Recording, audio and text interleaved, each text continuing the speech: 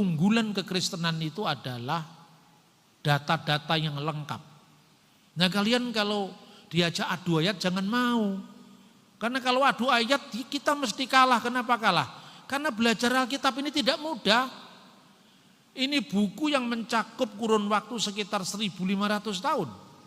Bahasanya kitab Taurat, kitab Kejadian, Keluaran, Imamat, Bilangan, Ulangan, kalendernya coba cari hari Paskah. Bulan Paskah bukan Nisan, Nisan itu baru muncul setelah zaman pembuangan. Lah kalau orang tidak paham, lah ini ayat Alkitab saling bertentangan. Loh zamannya berbeda, nama kalendernya juga beda, dipersoalkan. Nah terus kemudian dibandingkan misalnya satu kitab yang namanya Quran. Nah Quran itu kan kitab yang muncul dari satu zaman. Satu zaman, satu nabi yang diyakini sebagai penerima wahyu, satu bahasa, ya lebih mudah belajarnya. Ya kan? Kalaupun belajar sejarah cukup sejarah abad ke-7. Kalau belajar arkeologi cukup arkeologi zaman Nabi takut, Muhammad. sebab aku menyertai engkau. Janganlah bimbang, sebab aku ini Allahmu. Aku akan meneguhkan, bahkan akan menolong engkau.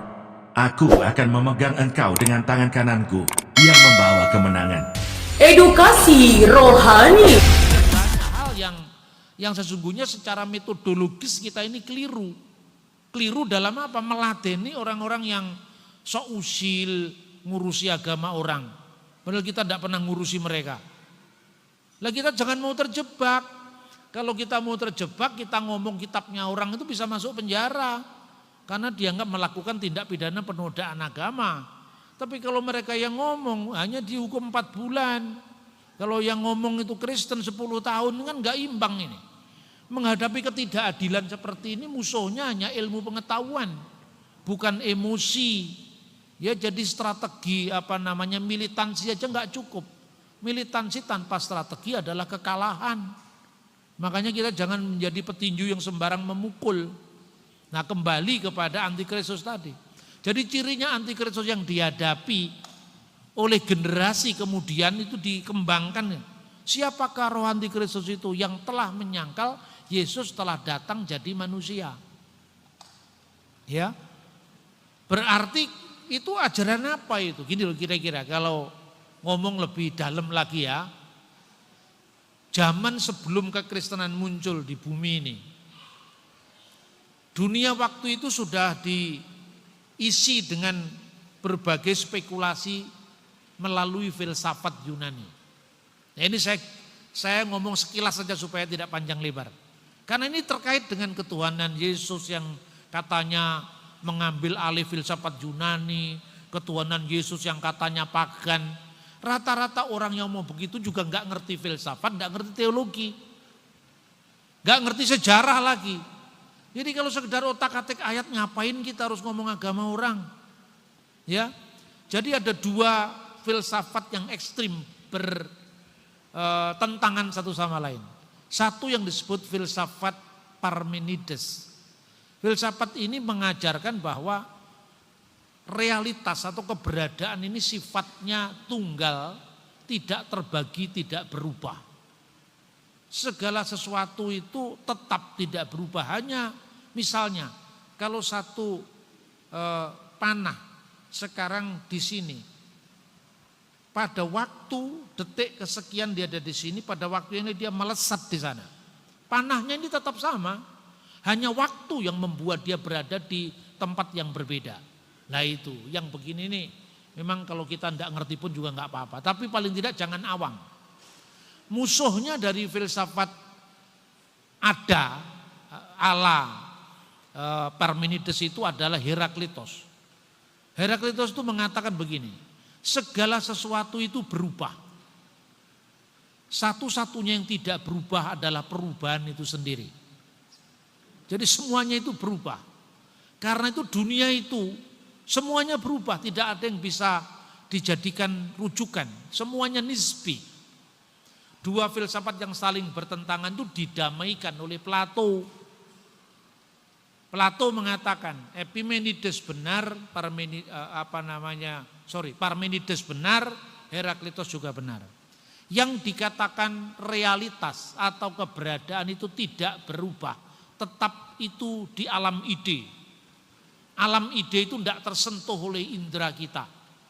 Lah, Parmenides segala sesuatu tetap itu di sana. Sebaliknya, Heraklitos segala sesuatu berubah itu di dunia yang kita huni sekarang ini loh. Segala sesuatu berubah, nisbi, tidak ada yang bisa dibela mati-matian, tidak ada yang bisa pegang mati-matian, semuanya akan lewat dan berubah. Lalu Plato mencontohkan, ada orang yang terpenjara di gua, tapi kepalanya ada di mulut gua. Ketika ada sapi lewat di situ misalnya, dia menyangka bayangan sapi itu adalah sapi, padahal itu hanya bayangan. Ketika ada pohon diterpa matahari, dia nganggap bahwa bayangan pohon itu adalah realitas, padahal cuma bayangan. Ketika dia keluar dari penjara, dia tahu, oh semua itu hanya bayang-bayang. Dunia ini relatif karena dia menjadi bayang-bayang dari dunia ide yang akan datang. Itu basicnya seperti itu kira-kira. Nah kemudian orang Yunani dari pandangannya Plato itu lahir yang namanya Neoplatonisme. Misalnya dipimpin oleh Plotinus, Antonius Sakas.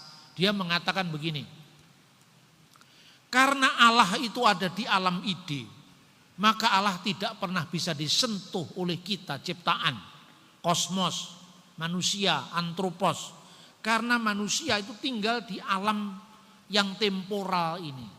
Sementara Allah itu ditinggal di dunia ide yang tak terseberangi. Untuk berkomunikasi tidak mungkin karena itu tidak terseberangi, tidak terjembatani. Makanya ada yang menjembatani. Itulah yang disebut logos.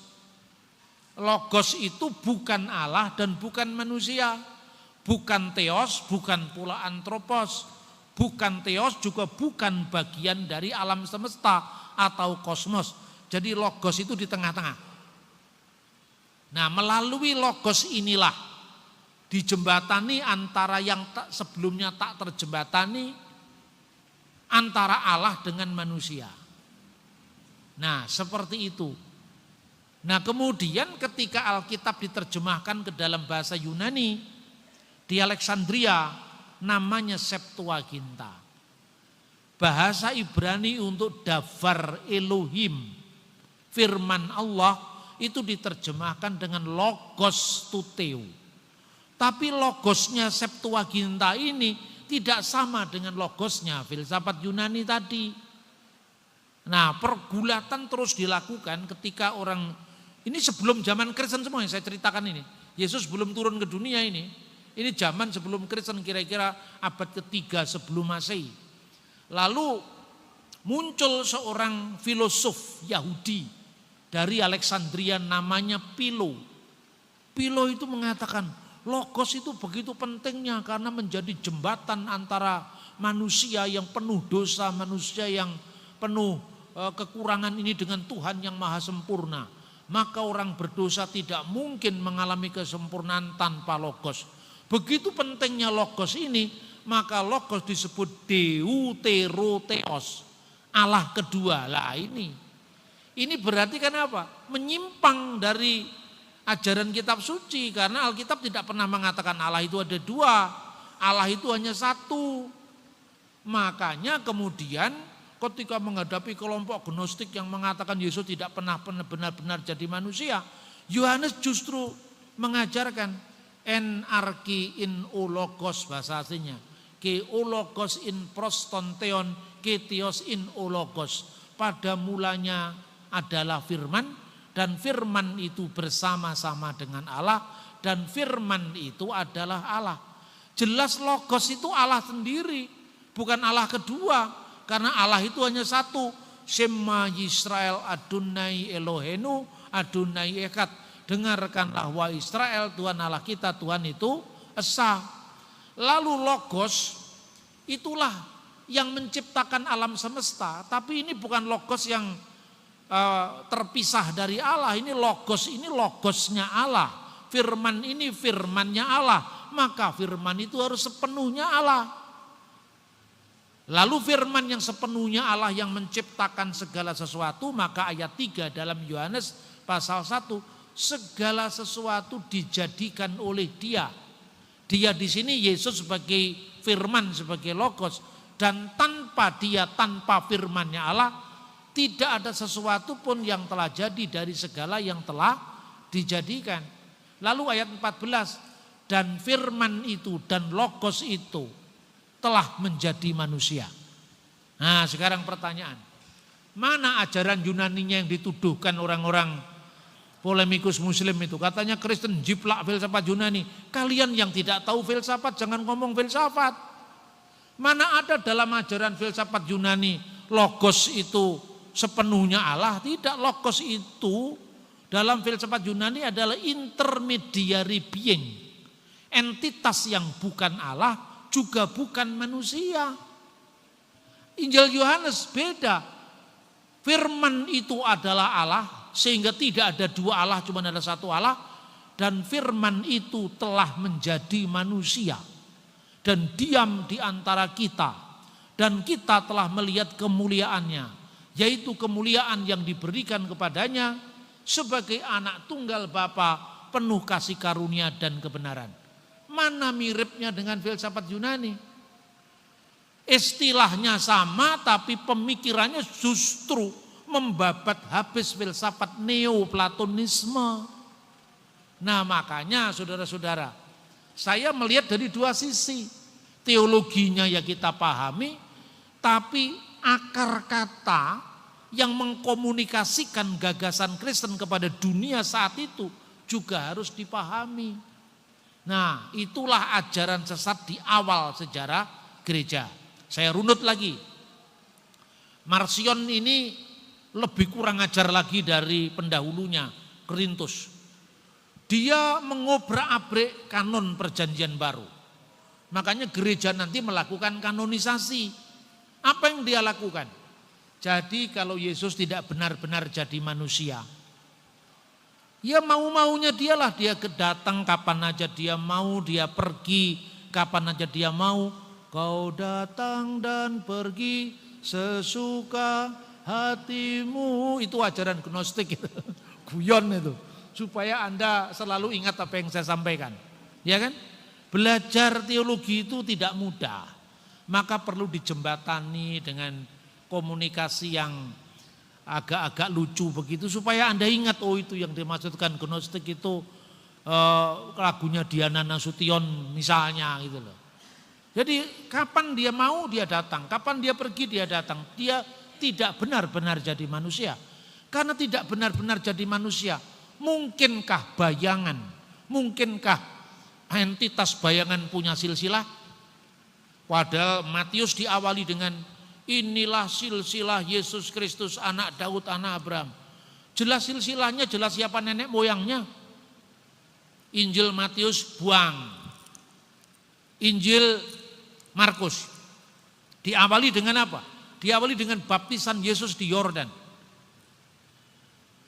Roh tidak bisa dibaptis karena dalam ajaran yang paling awal tadi, dia hanya tampaknya muncul pada saat Yesus dibaptis, tapi kemudian pergi lagi, kan gitu kan?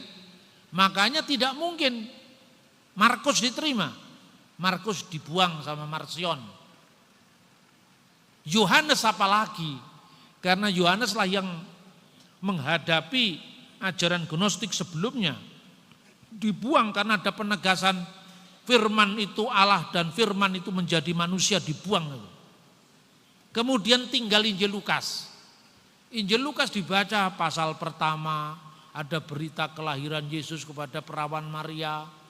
Pasal kedua ada sunatnya Yesus, ada kelahirannya diberitakan oleh para gembala. Pasal 3 ada silsilahnya lagi. Waduh, gak ada yang cocok nih pasal 1, 2, 3. Pasal 1, 2, dan 3 juga dibuang.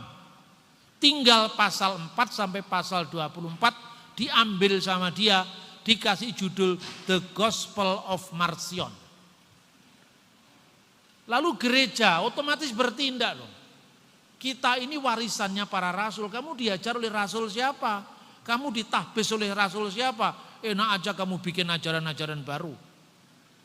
Makanya gereja lalu mengadakan kanonisasi paling awal, yaitu yang sekarang dokumennya dikenal kanon Muratori. Itu ditemukan sudah sekitar tahun 150 Masehi. Itulah zamannya Marcion. Pertanyaannya sekarang, kenapa Marcion harus mengubrak-abrik perjanjian baru? Kenapa Marcion harus mencuri kitabnya dari perjanjian baru? Karena tidak ada kitab lain yang berbicara tentang Yesus kecuali perjanjian baru. Lalu bagaimana dengan Injil Maria Magdalena, dengan Injil Petrus, dengan perbuatan Yohanes, dengan kisah Rasul Paulus? Itu kan juga Injil, itu dikasih nama Injil tapi bukan Injil. Karena itu munculnya baru abad ketiga, abad kedua akhir. Injil Yudas itu abad kedua akhir, apal abad ketiga. Karena seandainya sudah ada Injil Filipus, Injil Maria Magdalena yang katanya Yesus itu suaminya Maria Magdalena, yang kemudian diviralkan lewat film Da Vinci Code dan film banyak film-filmnya itu, The Last Tomb of Jesus Christ misalnya, Simon Yakubici misalnya. Kalau benar, kenapa harus mengambil perjanjian baru pada generasi paling awal Marcion? Kenapa tidak langsung ngambil Injil Thomas? Kenapa tidak langsung ngambil Injil Barnabas? Karena Barnabas baru muncul abad 16 paling akhir itu. Jadi di sepanjang sejarah ini pemalsuan demi pemalsuan Injil terus berlangsung. Inilah yang diantisipasi oleh Rasul Yohanes.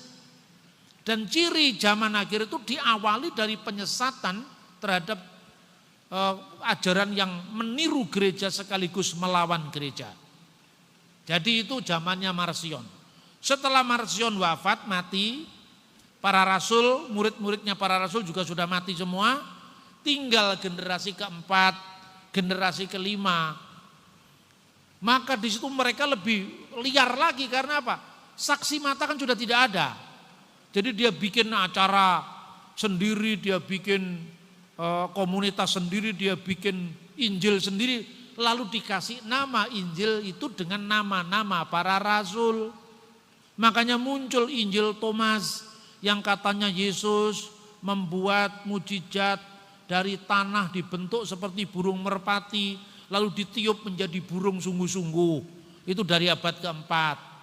Injil Tufuliah atau The Arabic Gospel of Infancy itu dari abad kelima, aslinya dari bahasa Aramaik, yang mengatakan Yesus ketika masih bayi digendong ibunya Bunda Maria, dia sudah bisa bicara.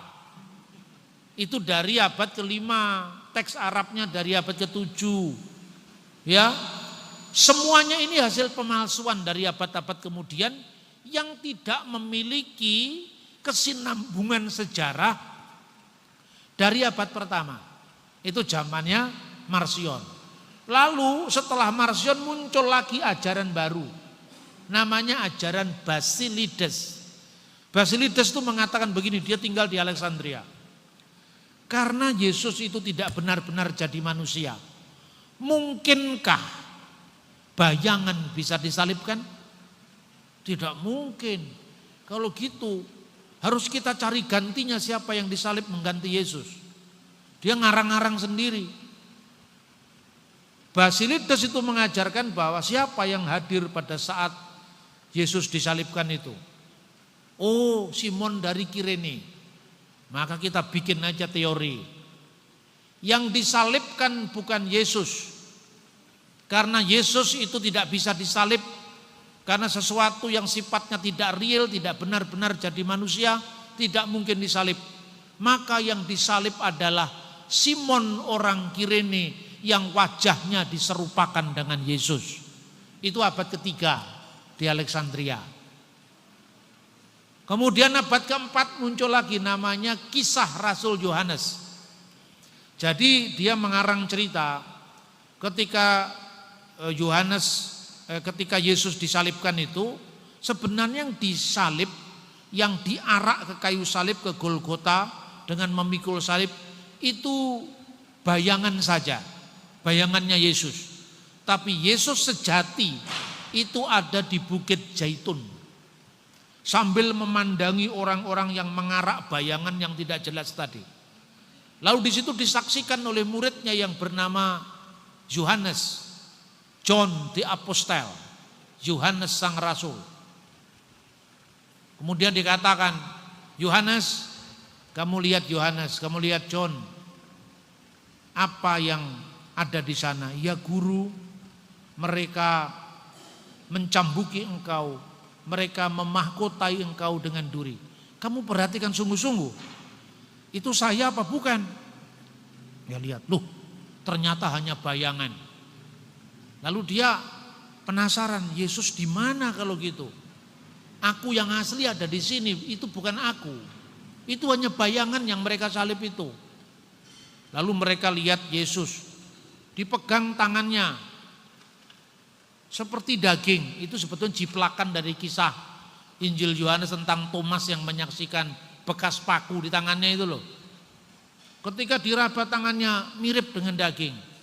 Tapi begitu dia lihat kakinya tidak menyentuh tanah. Ajaran model kayak begini inilah yang menjadi tantangan gereja mula-mula. Lalu dia pegang lagi tangannya Yesus. Oh, seperti kapas ternyata. Jadi berubah-berubah karena Yesus itu datang pergi semau dia. Itulah ajaran gnostik. Karena ajaran itu meningkat lebih parah lagi, Yesus tidak benar-benar real jadi manusia, hanya tampaknya manusia, serupa dengan manusia, maka disebut doketisme. Berasal dari bahasa Yunani dokein yang artinya tampaknya, kelihatannya, serupa dengannya. Itu abad ketiga. Abad keempat mulai muncul lagi seorang presbiter, seorang pendeta namanya Arius. Arius ini juga tidak bebas sama sekali dari filsafat Yunani ini. Dia mengatakan anak Allah itu lebih rendah dari Bapa. Kenapa dia mengatakan begitu? Karena dalam pandangan filsafat Yunani ya, tidak ada creatio ex nihilo.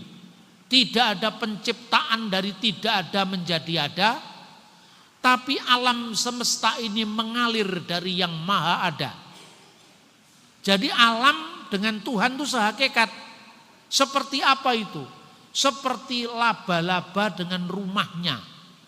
Rumah laba-laba itu dibuat kan dari ingusnya laba-laba itu. Jadi sehakikat itulah teori yang namanya emanasi, pengaliran.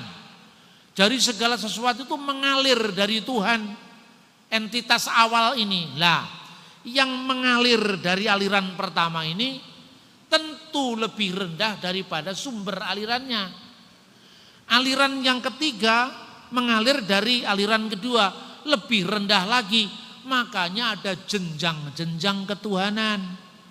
Lalu si Arius mengaburkan antara kemanusiaan Yesus yang kelihatan dengan firman Allah yang tidak berjenjang dengan Allah. Lalu dia katakan tidak masuk akal. Masa Yesus tidak lebih rendah dari Sang Bapa? Bukankah Yesus sendiri mengatakan di Injil Yohanes, Bapa itu lebih besar daripada aku. Padahal Yesus bicara seperti itu. Itu kan dalam misinya ketika dia menjadi manusia. Bapa lebih besar daripada dirinya. Tapi Yesus sebagai firman. Apakah firman Allah itu lebih rendah dari Allah? Ini bukan ajaran filsafat Yunani yang mengalir tadi, tidak. Mengalirkan satu hakikat. Seperti riak-riak gelombang, itu kan satu hakikat dengan gelombang samudra. Seperti percikan-percikan api, itu kan satu hakikat dengan bara apinya. Nah itu bukan ajaran Kristen, itu ajaran emanasi dalam filsafat Yunani. Ajaran itu yang dalam filsafat ketuhanan disebut panteisme. Pan itu segala sesuatu, theos itu Allah, isme itu paham. Jadi paham yang mengatakan segala sesuatu itu adalah Allah. Lah inilah yang kemudian muncul di Injil Thomas. Injil Thomas itu mengatakan ini. Usirlah perempuan itu daripadaku, kata Yesus. Kenapa guru? Karena perempuan tidak layak memperoleh hidup yang kekal. Terus kemudian muridnya bertanya, bagaimana supaya perempuan memperoleh hidup yang kekal? Suruh dia jilmakan dirinya jadi laki-laki. Nah, ini ajaran gnostik. Lalu dari mana Yesus punya kata-kata seperti itu? Tidak ada saksinya kan? Nah, ini perlunya yang namanya sejarah bapak-bapak gereja, agar kita tidak menafsirkan teks dari abad pertama semau kita dengan abad 20 karena gara-gara kita mengaku diri dari Roh Kudus. Roh Kudus bicara pada saya tadi malam. Di mana? Gimana ngomongnya itu? Klaim-klaim seperti ini kan menjadi ciri daripada gereja-gereja modern yang tidak bisa diverifikasi. Inilah ciri ajaran gnostik. Jadi kalau ditanya, dari mana kau perlu ajaran itu? Zamannya Korintus gak berani terang-terangan karena Yohanes masih hidup. Zamannya Marcion tidak berani terang-terangan bikin buku sendiri karena apa? Muridnya Yohanes masih hidup. Namanya Polikarpus. Polikarpus menjadi uskup atau penilik jemaat salah satu dari gereja yang tercatat dalam kitab Wahyu 7 jemaat itu. Salah satunya kan muridnya Yohanes yang menjadi pemimpin di Smyrna. Masih ada saksi. Generasi keempat, kelima nggak ada saksi lagi. Kalaupun ada saksi, mereka masih bisa ngakali. Kamu lihat itu Injil Thomas. Kabarnya beredar di Mesir Injil Thomas. Siapa yang tulis itu? Kayaknya Thomas nggak pernah nulis Injil. Caranya cross check gereja bagaimana? Irenaeus, muridnya Polikarpus, Polikarpus muridnya Yohanes. Saya bisa membuktikan daftar para penilik jemaat, para uskup, para episkopos yang ada di seluruh dunia ini, maksudnya dunia yang dikenal pada zaman dia. Siapa yang mentahbis dia? Rasul siapa hubungannya? Tidak pernah ada ajaran semacam seperti itu. Coba katanya siapa yang mengarang itu? Thomas. Thomas punya murid namanya siapa? Punya murid namanya Tadius. Tadius sudah wafat. Tadius itu kan muridnya Thomas. Thomas sudah wafat, Tadius punya murid namanya Agius. Agius sekarang ada, dia berkarya di wilayah ini. Cross check. Benarkah dulu gurumu pernah mengajarkan bahwa Yesus bersabda, usirlah perempuan itu daripadaku karena dia tidak layak memperoleh kehidupan? Oh enggak. Murid-muridnya Yesus juga perempuan. Ada Maria Magdalena, ada Marta, banyak muridnya, ada Salome. Tidak ada yang seperti itu. Caranya gimana untuk menghindari cross check seperti itu? Kan sebetulnya saksi-saksi secara kronologis kan masih bisa hidup. Masih hidup waktu itu. Caranya gimana? Baca The Gospel of Judas, The Gospel of Thomas, pasal pertama. Inilah perkataan rahasia yang diucapkan oleh Yesus kepada Thomas Didimus kembaran Kristus. Secara rahasia, maka intinya jangan kamu cross check, wong itu cuman rahasia kok. Ini wahyu khusus. Bener gak? Persis sama dengan Injil Yudas. Injil Yudas mengatakan, inilah perkataan rahasia yang diucapkan oleh Yesus Kristus hanya kepada Yudas seminggu sebelum kematiannya. Cross checknya bagaimana? Yudas sudah gantung diri. Tapi dia pilih nama-nama orang yang tidak punya murid, yang tidak bisa di cross check. Akhirnya apa? Muncullah penyesatan-penyesatan itu sampai di zamannya Arius. Arius mengatakan ada waktu di mana firman Allah itu tidak ada. Ada waktu kan, anak Allah itu kan artinya firman Allah itu kan. Karena firman itu telah menjadi manusia dan tinggal di antara kita, dan kita telah melihat kemuliaannya, yaitu kemuliaan yang diberikan kepadanya sebagai anak tunggal Bapa. Jadi anak itu kiasan untuk firman Allah. Nah sekarang ada waktu di mana anak Allah tidak ada. Arius dipanggil sama patriarknya. Patriark itu kalau sekarang di gereja Protestan ketua sinode. Jadi panggil, kenapa kamu ajaran yang aneh-aneh? Diajak debat itu ketua sinodenya. Sudah dilarang-larang, ini kamu bertentangan dengan ajaran para rasul. Dia malah menunjukkan diri sosok yang teraniaya. Lalu dia diberi waktu, kamu boleh mengkoreksi pendapatmu. Lalu para uskup di wilayah Alexandria, kumpullah 100 orang uskup dari berbagai macam wilayah gereja, kumpul di Alexandria untuk mendiskusikan yang benar Arius atau gereja. Jadi semua itu ada prosesnya, bukan tiba-tiba aja Konstantin memaksakan ketuhanan Yesus itu ajaran tidak bermutu. Kayak gitu kok ya ada orang Kristen yang terpengaruh. Sudah bacaannya kurang, refleksinya kurang kritis, mainnya kurang jauh, tapi PD-nya luar biasa kan. Kelompok ini kan PD-nya luar biasa. Nantang-nantang debat orang, bacaannya cuman ya nggak bisa membedakan sumber primer, sumber sekunder, apalagi tersier, hanya dikatakan ini ada dokumennya. Ini dokumen dari tahun berapa, bahasanya apa? Alkitab terjemahan Melayu dari abad ke-17 dipertentangkan dengan Alkitab TB tahun 74. Ya mesti aja bahasa itu berubah. Yang berubah itu adalah bahasanya, makanya Alkitab itu butuh revisi. Yang direvisi kan bukan pesan teks aslinya. Saya berikan contoh yang sering saya berikan. Berikanlah tumpangan sesamamu dengan percuma. Bahasa Melayu tahun 60-an percuma itu artinya cuma-cuma. Tapi kalau sekarang kata itu dipertahankan di Alkitab terjemahan lama, percumalah kita beri tumpangan, kan begitu. Berubah, maknanya berubah. Kenapa di Alkitab terjemahan terbaru kata korban pakai huruf O itu diganti U? Karena kurban dalam bahasa dulu itu sama dengan korban. Korban di bait Allah, korban persembahan, korban ukupan, korban penebus salah, korban penebus dosa. Itu tulisannya korban. Sekarang dibedakan dalam bahasa Indonesia antara korban dan kurban. Kalau kurban itu korban persembahan di bait Allah, korban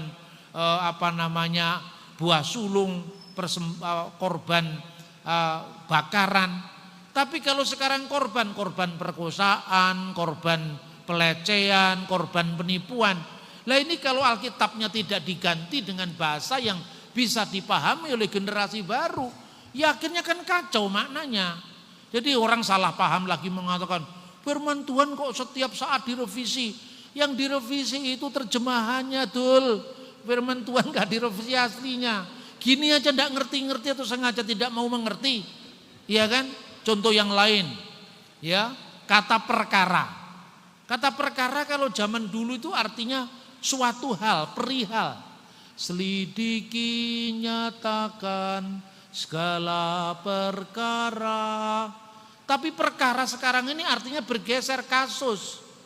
Kasus perdata, kasus pidana. Masa Tuhan suruh menyelidiki kasus? Makanya terjemahan Alkitab perlu direvisi. Ingat ya, terjemahannya yang direvisi. Teks aslinya tetap sama. Nah itu loh saudara-saudara, kadang-kadang ini mesti dikomunikasikan. Kalau tidak dikomunikasikan, kita akan bisa lost generation, generasi kita. Saya sering melakukan pelatihan-pelatihan seperti ini. Agar khotbah-khotbah di gereja sudah cukup. Tapi ringankan beban dari para pendeta itu. Dengan melahirkan pelayanan kaum awam. Ya sekalipun dia belajar teologi bukan untuk ditahbis jadi pendeta. Tapi untuk memperluas jaringan pelayanan gereja, karena tidak mungkin seluruh pendeta menjawabi orang satu-satu. Sekarang belum dibikin bukunya dijawab, besoknya muncul lagi yang baru. Kristen nyolong Tauratnya Yahudi, coba. Jadi kita tidak main di dunia medsos ini, kita bisa ketinggalan. Tapi kalau kita main di dunia medsos, nunggu kita ahli, kita akan kelewatan. Kita akan ketinggalan. Nah kembali ke konsili tadi, setelah diperingatkan 100 orang, dibuktikan kamu salah. Yang kamu sebut anak Allah tidak mungkin setara dengan Bapa, itu kemanusiaan Yesus. Tapi kalau firman Allah, masa kamu bedakan dengan Allah? Kamu ini secara tidak sadar terpengaruh oleh filsafat neoplatonisme bahwa aliran pertama dari sang realitas ini lebih rendah dari aliran seperti air sungai itu loh. Air samudra gitu. Nanti di sungai yang paling dekat dengan samudra kan ikannya lebih banyak. Nanti begitu semakin jauh diganti, tidak ada ikannya lagi di situ. Karena apa? Sudah airnya menjadi air tawar, bukan air asin gitu loh.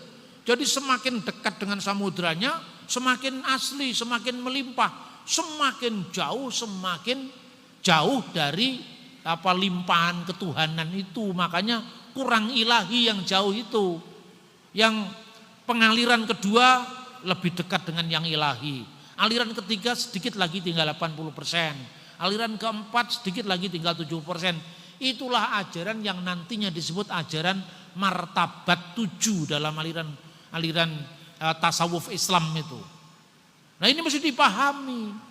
Ya, kemudian disidanglah Arius itu. Kamu kalau tidak mau mengubah pendapatmu, kamu harus keluar dari Mesir. Keluar dari Mesir dia, tapi di sana sini dia tebar pesona. Tebar pesona, saya orang yang dianiaya oleh patriark saya, oleh ketua saya dianiaya, saya dianggap sesat. Padahal yang saya lakukan kan saya cuma mengatakan apa yang sesuai dengan Alkitab. Karena Alkitab mengatakan Bapa itu lebih besar daripada aku. Lah orang yang dengar di luar, keterlaluan sekali Patriark Alexander. Kan Arius benar mengatakan Bapa lebih besar daripada aku. Padahal kasusnya apa di situ? Bapa lebih besar daripada itu merujuk kemanusiaan Sang Kristus, tidak merujuk kepada keilahiannya sebagai firman Allah. Kira-kira kalau dipersingkat begini. Firman Allah dengan Allah itu duluan mana? Ini kalau soal urutan kan? Duluan Allah apa duluan firman Allah? Nah, kalau dijawab duluan Allah, berarti Allah eksistensinya sudah ada. Firman-Nya Allah belum ada. Berarti ada waktu di mana eksistensi Allah sudah ada, firman Allah belum ada. Berarti pernah ada waktu dia tidak punya firman. Pernah ada waktu dia tidak maha berfirman. Pernah ada waktu dia tidak bisa berbuat apa-apa. Mencipta pun tidak bisa karena firman-Nya belum lengkap. Apa seperti itu? Bayi lahir tidak bisa langsung ngomong I love you kan? Baru dia belajar bahasa Inggris. I just call to say I love you. Itu kan proses belajar. Jadi manusia dapat bicara, dapat berpikir, itu proses belajar. Lah Tuhan masa pernah belajar? Tuhan tuh dari kekal sampai kekal. Dia yang ada, yang sudah ada, yang akan datang. Dia tidak pernah tidak ada firman. Dia tidak pernah tidak bisa berfirman. Dia selalu maha dan maha. Maka Tuhan dengan firman-Nya dan dengan rohnya sejak kekal tidak bisa dipisahkan. Terus Anda tanya kepada saya, Pak Bambang, ini tolong Pak dijawab, jangan tersinggung ya Pak. Bapak dengan pikiran Bapak lebih tinggi mana? Itu pertanyaan orang yang kurang satu on itu. Karena pikiran saya itu satu dengan saya, bagaimana bisa dibandingkan? Minta maaf Pak, saya tidak bisa menerima roh Bapak. Saya tidak bisa menerima pikiran Bapak. Saya hanya bisa menghormati Bapak. Loh kalau kamu menerima saya, kamu harus menerima pikiran saya dan roh saya. Pak Bambang kita hormati. Tapi rohnya tidak. Hanya orang-orang yang bingung yang mengatakan begitu. Karena Allah, firman Allah dan roh Allah itu satu paket. Bagaimana bisa dipisah-pisahkan? Bagaimana bisa dibanding-bandingkan? Pada mulanya Allah menciptakan langit dan bumi. Elohim. Bereshit bara Elohim et hasamayim ve et sa'aret. Bumi itu belum berbentuk. Veha aret hayetah tohu wa bohu. Belum berbentuk dan kosong. Itu proses keadaan dunia sebelum sempurna kan. Masih chaos, masih tohu wa bohu. Vehosek alpenitehom. Dan kegelapan meliputi samudra raya. Viruah Elohim, perhatikan, dan roh Allah. Merakefet alfinihamayim. Melayang-layang di atas permukaan air. Itu artinya bukan roh Allahnya lebih kecil dari airnya melayang-layang. Itu kata kiasan yang mengartikan Allah menyalurkan daya hidup dari dirinya sendiri kepada ciptaan itu, sehingga dari chaos menjadi kosmos, dari ketidakteraturan menjadi keteraturan. Bumi bergerak pada orbitnya masing-masing, matahari, bulan, bintang. Itu maknanya Tuhan memberikan keteraturan lewat rohnya yang tertib itu. Makanya dari kios menjadi kosmos. Berfirmanlah Allah, wa yomer Elohim yehior wa yehior, jadilah terang maka terang itu jadi. Jadi diciptakan lewat firman-Nya. Lah kalau firman pernah tidak ada, dengan apa Allah menciptakan firman-Nya? Nah itu kira-kira seperti itu. Maka kemudian gereja bersidang, muncullah draft pengakuan iman, draftnya. Tapi waktu itu Konstantin dari perjalanan dari Makedonia menuju ke Alexandria, dia kecewa berat ketika mendengar perdebatan antara Arius dengan patriarknya itu. Sedianya saya ingin mengunjungi kota Alexandria, tapi begitu kabar yang tidak penting itu terdengar di telinga saya, aku membatalkannya walaupun sudah menempuh separuh perjalanan darinya. Jadi Konstantin tidak punya peran penting dalam konsili seperti yang diceritakan film Da Vinci Code itu. Konstantin itu terbukti manusia politik. Manusia politik itu lihat angin. Kalau anginnya menguntungkan dia, dia ikut. Kalau tidak, dia tidak ikut. Makanya hati-hati. Jangan sampai 5 tahunan gereja dijadikan mekanisme 5 tahunan. Gereja harus punya dasar yang kuat. Maka kemudian Konstantin tidak jadi pergi ke Alexandria. Tapi kemudian ada uskup dari Spanyol namanya Hosius yang nantinya memimpin sidang pertama konsili ini. Dia mengatakan bahwa saya kira gereja punya pertimbangan sendiri. Bagi engkau wahai kaisar ini tidak penting. Tapi bagi kami para imam-imam gerejanya, para pendeta gereja, kita tidak mungkin kompromi dengan ajaran-ajaran yang tidak diajarkan oleh para rasul. Lalu Konstantin mengizinkan Hosius meneliti kasusnya Arius itu ke Alexandria. Setelah diteliti dia lapor kepada Konstantin, kita tidak bisa kompromi. Kompromi dengan Arius sama dengan mengoyakkan jubah Kristus. Lalu Konstantin mengizinkan, kalau gitu selesaikan persoalan teologi itu, tapi kalau bisa jangan mengganggu keseimbangan situasi kekaisaran. Oke, siap. Sebelum konsili itu kan tahun 318. Diperlukan waktu 7 tahun sampai konsili itu. Kalau Konstantin aktornya konsili seperti yang orang-orang sombong itu mengatakan, Yesus kan baru dilantik jadi Tuhan di konsili Nisea. Masa Tuhan kok dilantik umatnya? Benar apa tidak? Yang orang-orang yang ngomong begitu itu. Pelajarilah sejarah dari sumber primer. Baca itu langsung, Historia Ecclesiastica, karya Socrates Scholasticus yang hidup pada masa yang sama. Baca tulisannya Eusebius dari Kaisarea dengan sejarah gerejanya. Jangan membaca kutipan dari kutipan. Lalu kutipan dari kutipan, itu mahasiswa saya sering saya marahi. Kamu tahu dari mana kesimpulan ini? Dari buku Pak. Buku apa? Runtut pijar sejarah gereja. Itu kan sumber sekunder itu. Kutipan yang dikutip oleh Tony Land ini kamu cross check dengan sumber aslinya. Baru saya oke, kalau enggak oke itu. Masa mau jadi sarjana sumbernya kutipan dari kutipan. Akibatnya kamu enggak bisa jawab. Kalau nanti ditanya, Yesus kok dilantik? Itu kan seperti itu kan kurang ajar. Memang ya kurang diajar persoalannya. Kurang makan buku, kurang makan literasi. Nah terus kemudian pada prakonsili, masih ada prakonsili loh saudara-saudara. Di kota Antioquia. Di kota Antioquia itu karena hasil Arius tadi kan tebar pesona kemana-mana. 3 orang berhasil dipengaruhinya. Antara Eusebius dari Nikomadea, Eusebius dari Kaisarea, terpengaruh sama dia. Kenapa terpengaruh dengan Arius? Gara-gara Arius itu kalau ngomong kepada A ya ke A dia kebudayaan di situ dia memang canggih itu. Dari komunikasi sosialnya memang luar biasa. Maka gereja yang benar kadang-kadang karena kalah berkomunikasi dengan mereka yang di luar itu, kita juga kalah. Makanya kita mesti luas ya dalam komunikasi. Jangan kaku, hitam putih. Ya kita mesti agak luas menyampaikan. Arius mengatakan, saya ini didolimi oleh patriark saya diusir dari Alexandria. Padahal saya cuma mengatakan dalam pengakuan iman itu, dan aku percaya akan Yesus Kristus, anak Allah. Loh, saya kan mengatakan anak Allah.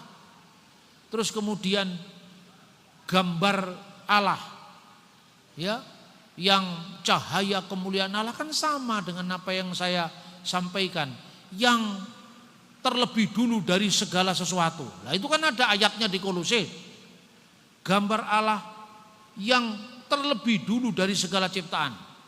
Tapi dia punya makna berbeda dengan maknanya Rasul Paulus.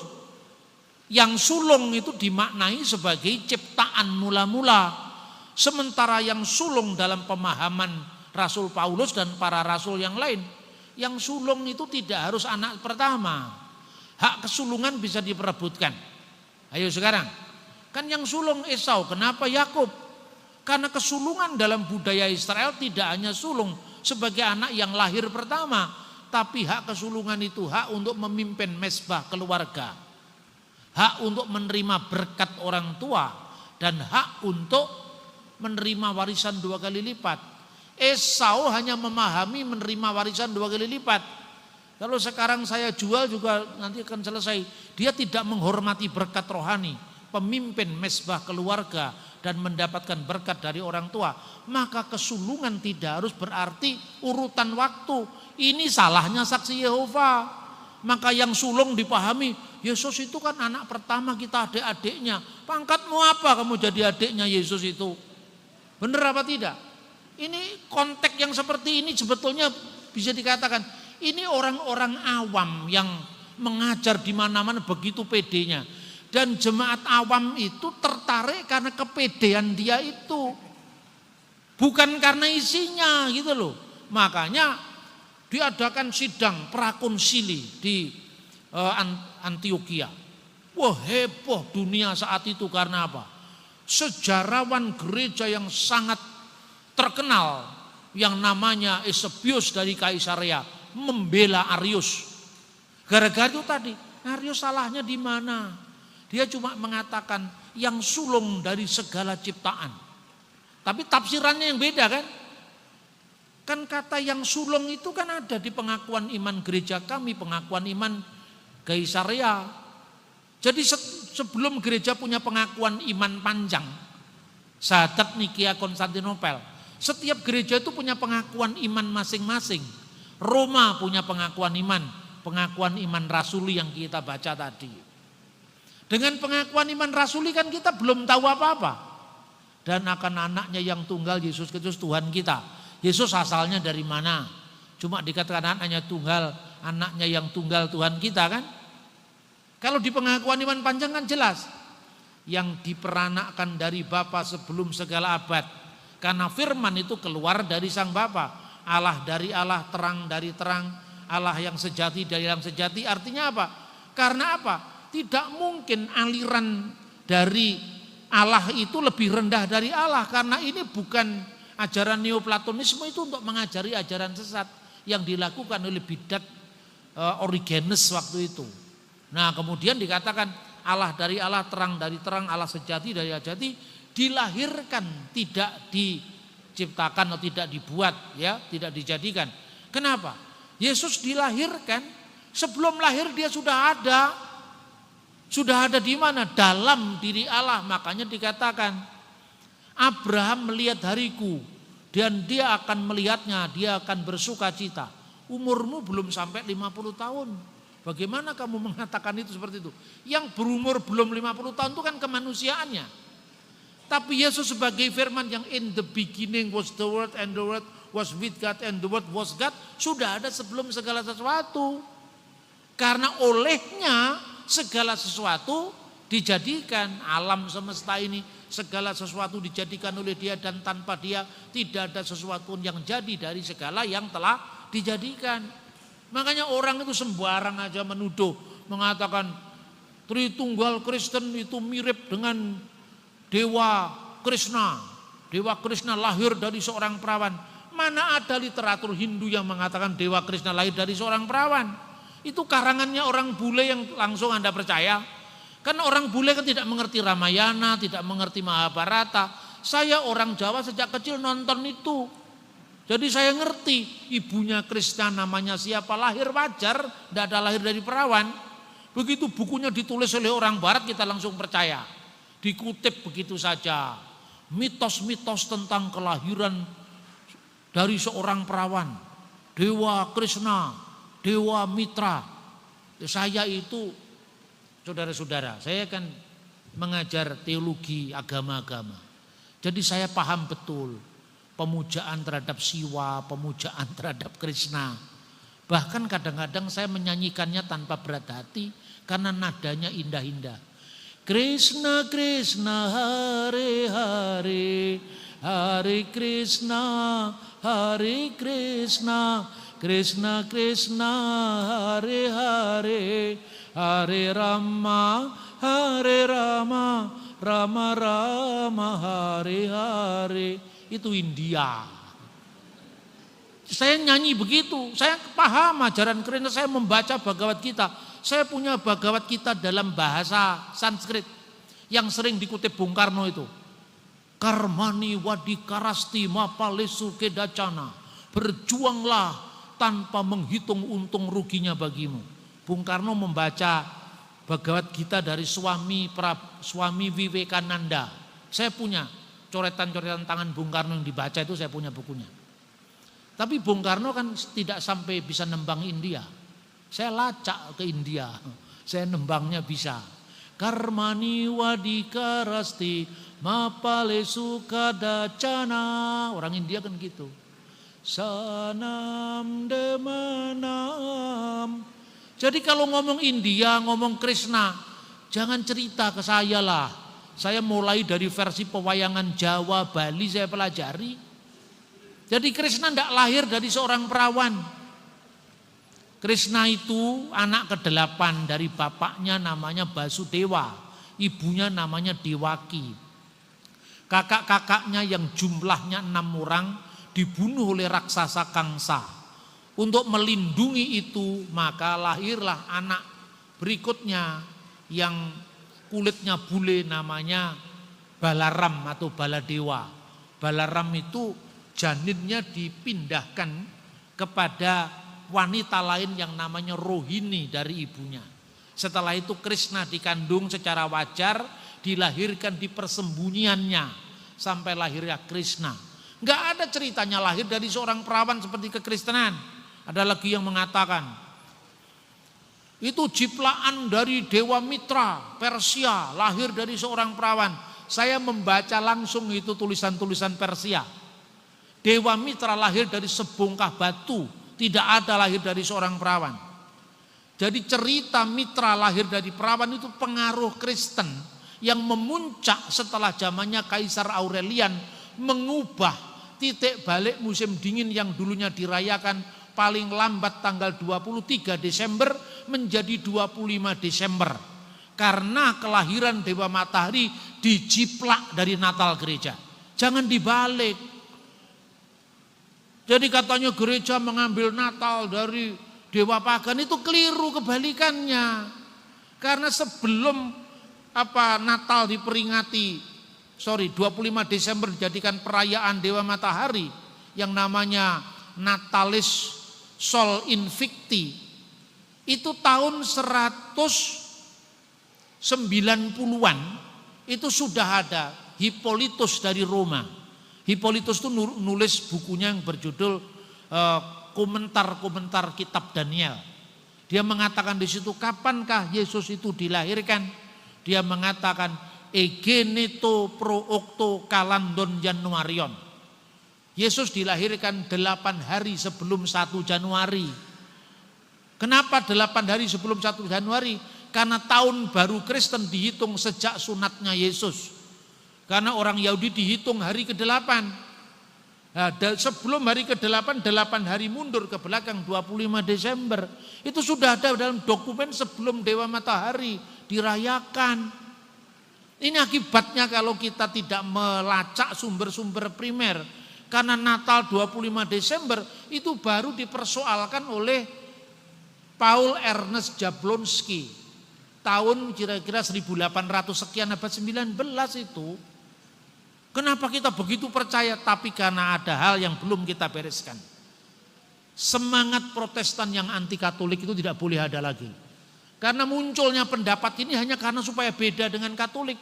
Akibatnya kita tidak bisa mengendalikan lagi munculnya sekte-sekte baru yang sekarang justru menjadi batu sandungan bagi orang luar untuk menerima kekristenan. Nah itu saudara-saudara. Arius akhirnya menghebohkan dunia purba waktu itu. Tahun 318 sampai kemudian tahun 325 itu awalnya dia lakukan di wilayah yang namanya Antioquia. Lalu 3 orang ini setelah semua mengakui draft pengakuan iman tanda tangan, tapi 3 orang ini termasuk Eusebius dari Kaisarea masih diberi kesempatan untuk meluruskan pemahamannya, tentu lewat diskusi-diskusi teologis di sebuah konsili yang akan diadakan ya di kota Ankara. Ankara itu sampai Turki sekarang masih ada. Tapi ternyata konsili itu tidak diadakan di kota Ankara, tapi diadakan di kota Nikea. Kenapa? Karena Konstantin yang keberatan. Saya tidak mau konsili diadakan di Ankara. Kenapa? Karena uskupnya kota Ankara itu terkenal anti Arius. Saya ingin gereja fair, adil. Jadi dengarkan pula yang anti Arius, dengarkan pula yang membela Arius. Karena kalau itu anti Arius pasti konsili akan digiring untuk mengutuk Arius. Oke, kalau gitu silakan konsili diadakan di Nisea. Itu kota musim panasnya Kaisar Konstantin. Jadi biasanya kalau dia musim panas itu karena terlalu panas, dia ke kota Nisia itu, karena di situ kotanya sejuk. Karena perjalanan dari pusat Konstantinopel, ya ibu kota Konstantinopel sekarang namanya Istanbul, menuju ke Nisea, ini tidak ada jalur umum kira-kira kalau sekarang begitu. Kendaraan umum, kereta-kereta, karavan umum itu tidak ada. Kereta komersial. Karena itu para delegasi yang jumlahnya 318 orang ini dijemput oleh kereta keagungan Kaisar. Nah, lalu dipelintir lagi sejarahnya. Lihat, para pendeta dikumpulkan supaya satu suara menuhankan Yesus. Mereka dijemput dengan kereta-kereta keagungan Kaisar. Saya kalau ditanya begitu saya buat guyonan. Kamu tahu enggak Nisea itu bukan jalur umum, maka tidak ada bis malam ke sana. Tidak ada kereta di sana, maka yang ada kereta-keretanya Kaisar. Tapi itu dipolitisir sedemikian rupa seolah-olah Konstantin itu otak besar di balik ketuhanan Yesus gitu. Padahal ketuhanan Yesus itu bukan diciptakan oleh gereja. Itu ajaran semula, ajaran paling awal. Jadi Yesus disebut Allah itu karena apa? Karena dia firman Allah yang kekal. Tidak mungkin ya firman itu bukan Allah. Karena kalau firman bukan Allah, pertanyaannya sekarang, Allah menciptakan segala sesuatu dengan apa? Dengan firman, Pak. Allah menciptakan dengan firman-Nya. Yesus diciptakan apa tidak? Diciptakan, Pak. Siapa yang menciptakan Yesus? Ya Allah. Nah, Allah menciptakan bagaimana? Cukup berfirman loh. Yesus di sini siapa? Firman Allah. Firman-Nya belum diciptakan masa menciptakan. Dengan firman-Nya Allah menciptakan, firman mana? Maka karena firman Allah itu melaluinya Allah mencipta, maka firman pasti bukan ciptaan. Itulah makanya gereja mengatakan Allah dari Allah, terang dari terang, Allah sejati dari Allah sejati, dilahirkan tidak diciptakan. Karena olehnya segala sesuatu diciptakan. Nah, baru kemudian Roh Kudus tidak lebih sulit. Karena apa? Roh Kudus kan tidak berbentuk manusia, tidak pernah menjadi manusia. Jadi artinya ya Roh Kudus itu roh yang ada dalam diri Allah, selesai kan? Tapi karena Yesus itu firman, selain sebagai firman Allah yang kekal, dia menjadi manusia. Maka bagaimana hubungan antara kemanusiaan Yesus dengan keilahiannya sebagai firman Allah? Itulah yang dibahas pada konsili-konsili berikutnya, termasuk Efesus, termasuk Kalsedon. Di mana Yesus pernah mengaku diri Allah? Ya jangan kamu tuntut, akulah Allah, sembahlah aku. Jokowi pun juga tidak mengatakan, akulah Presiden Republik Indonesia. Hormatilah aku sebelum aku diganti Pak Prabowo. Juga tidak pernah ada. Tapi ketika Thomas melihat bukti kebangkitannya, dia menyeru, ya Tuhanku dan Allahku. Yesus menerima penyembahan itu. Itu saya kira yang Yohanes pasal 10. Gembala yang baik. Aku berkata kepadamu, sesungguhnya siapa yang masuk ke dalam kandang domba dengan tidak melalui pintu, tetapi dengan memanjat tembok, ia adalah seorang pencuri dan seorang perampok. Tetapi siapa yang masuk melalui pintu, ia adalah gembala domba. Untuk dia penjaga membuka pintu, dan domba-domba mendengarkan suaranya, dan ia memanggil domba-dombanya masing-masing menurut namanya, dan menuntunnya keluar. Jika semua dombanya telah dibawanya keluar, ia berjalan di depan mereka, dan domba-domba itu mengikuti dia, karena mereka mengenal suaranya. Tetapi seorang asing pasti tidak mereka ikuti, malah mereka lari daripadanya, karena suara orang-orang asing tidak mereka kenal. Itulah yang dikatakan Yesus dalam perumpamaan kepada mereka, tetapi mereka tidak mengerti apa maksudnya. Ia berkata demikian kepada mereka. Maka kata Yesus sekali lagi, aku berkata kepadamu, sesungguhnya akulah pintu ke domba-domba itu. Semua orang yang datang sebelum aku adalah pencuri dan perampok, dan domba-domba itu tidak mendengarkan mereka. Akulah pintu, barang siapa masuk melalui aku, ia akan selamat, dan ia akan masuk dan keluar dan menemukan padang rumput. Pencuri datang hanya untuk mencuri, dan membunuh, dan membinasakan. Aku datang supaya mereka mempunyai hidup, dan mempunyainya dalam segala kelimpahan. Akulah gembala yang baik. Gembala yang baik memberikan nyawanya bagi domba-dombanya. Sedangkan seorang upahan yang bukan gembala dan yang bukan pemilik domba-domba itu sendiri, ketika melihat serigala datang, meninggalkan domba-domba itu lalu lari, sehingga serigala itu menerkam dan mencerai-beraikan domba-domba itu. Ia lari karena ia seorang upahan dan tidak memperhatikan domba-domba itu. Akulah gembala yang baik, dan aku mengenal domba-dombaku, dan domba-dombaku mengenal aku, sama seperti Bapa mengenal aku, dan aku mengenal Bapa, dan aku memberikan nyawaku bagi domba-dombaku. Ada lagi padaku domba-domba lain yang bukan dari kandang ini. Domba-domba itu harus kutuntun juga, dan mereka akan mendengarkan suaraku, dan mereka akan menjadi satu kawanan dengan satu gembala. Bapa mengasihi aku oleh karena aku memberikan nyawaku untuk menerimanya kembali.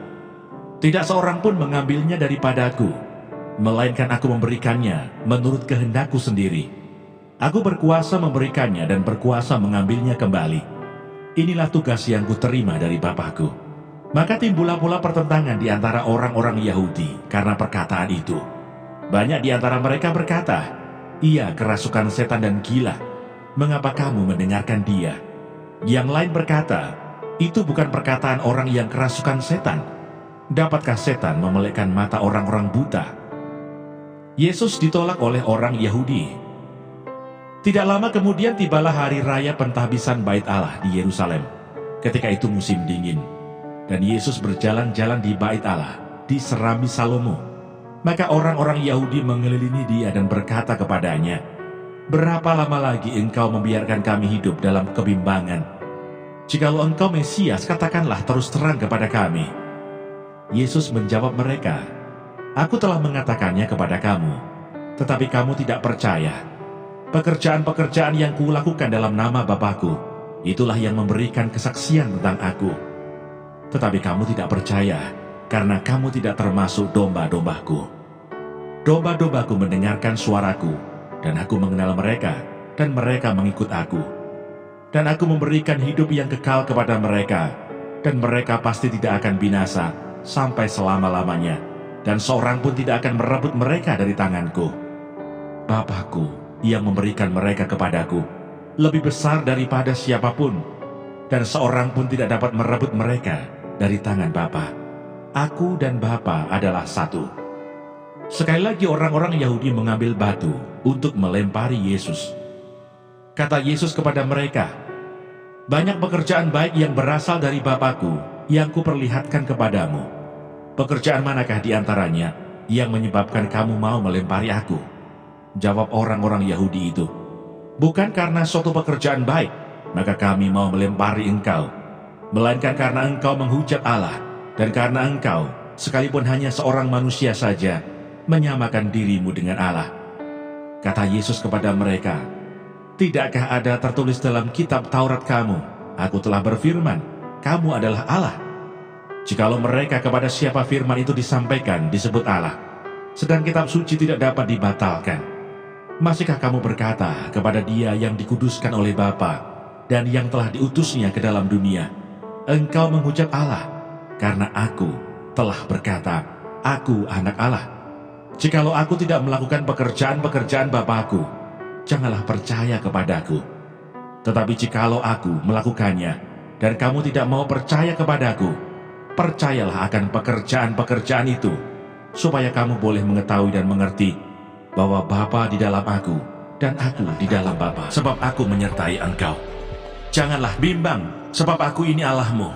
Aku akan meneguhkan, bahkan akan menolong engkau. Aku akan memegang engkau dengan tangan kananku yang membawa kemenangan. Edukasi rohani.